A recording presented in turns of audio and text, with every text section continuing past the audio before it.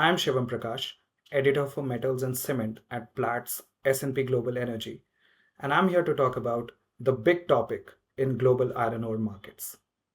Simandou has just put the 65% Fe Guinean iron ore into the seaborne market, and the timing has fueled the Pilbara killer narrative, a giant, high-grade new supply source landing just as the Platts IODEX benchmark shifts. But the market reality is more complicated, and for now, it favors the Pilbara. First, Simandou's competitive threat is less about outright replacement and more about blending. Market participants expect Simandou's high grade to be commercialized mostly as a mid grade blend, becoming a direct substitute for Pilbara blend and Vale fines. That shifts the battlefield from headline Fe to value in use, with productivity, emissions efficiency, and critically, the blend consistency. And here's a nuance often missed.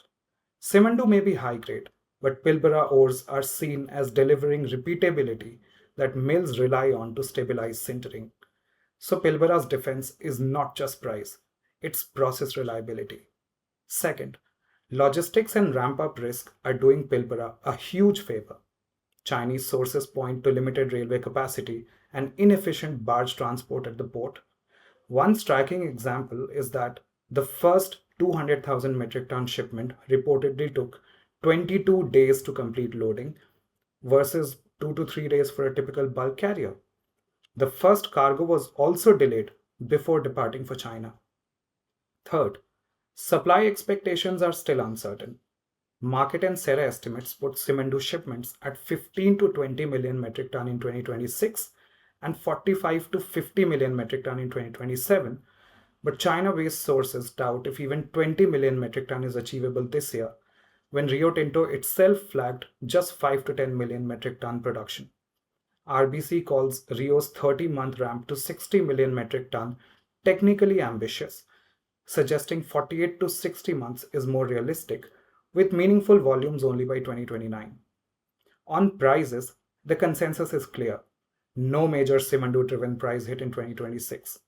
S&P Global Serra sees Simandou around 15 million metric ton this year and Platts IODEX averaging around $100 per dry metric ton.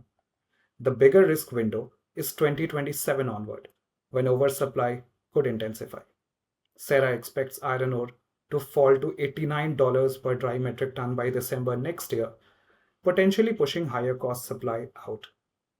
Bottom line is, Simandou may reshape quality dynamics, but due to logistics, ramp uncertainty, and consistency advantages, the Pilbara's competitive position looks intact for now. For more energy content, stay tuned to S&P Global Energy Red Thread. Thank you.